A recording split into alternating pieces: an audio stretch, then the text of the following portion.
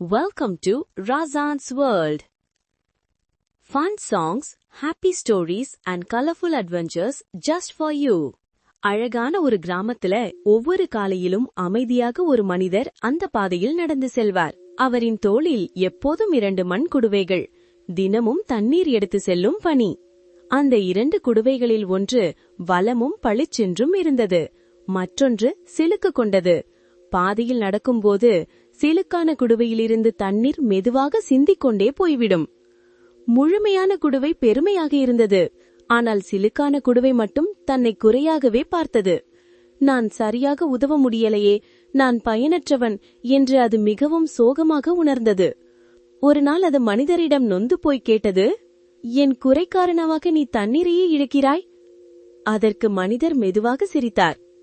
நாளை பாதையை கவனமாக பார் என்றார். அடுத்த நாள் இருவரும் மீண்டும் வழக்கம் போல் பயணத்தை ஆரம்பித்தனர்.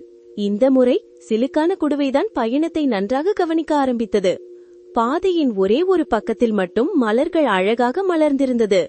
அது அதற்கு ஆச்சரியமாக இருந்தது. மறுபக்கம் வறண்டு இருந்தது, ஆனால் இதன் பக்கம் மட்டும் பசுமையாக இருந்தது. அப்போது மனிதர் சொன்னார், இந்த மலர்கள் உன்னால் தான் மலர்ந்தது.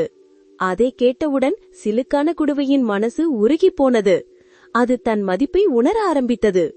உன் சிந்திய தண்ணீர் இந்த மலர்களுக்கு உயிர் கொடுத்தது. உனது குறையே இந்த பாதைக்கு அழகையும் உயிரையும் சேர்த்தது. அதற்கு பிறகு அது தன்னை குறையாக நினைக்கவில்லை, அத்தனைக்கும் ஒரு காரணம் இருப்பதை புரிந்து கொண்டது. இருவரும் வீடு திரும்பும்போது மலர்கள் நிறைந்த பாதை அவர்களுக்கு சாட்சியாக இருந்தது.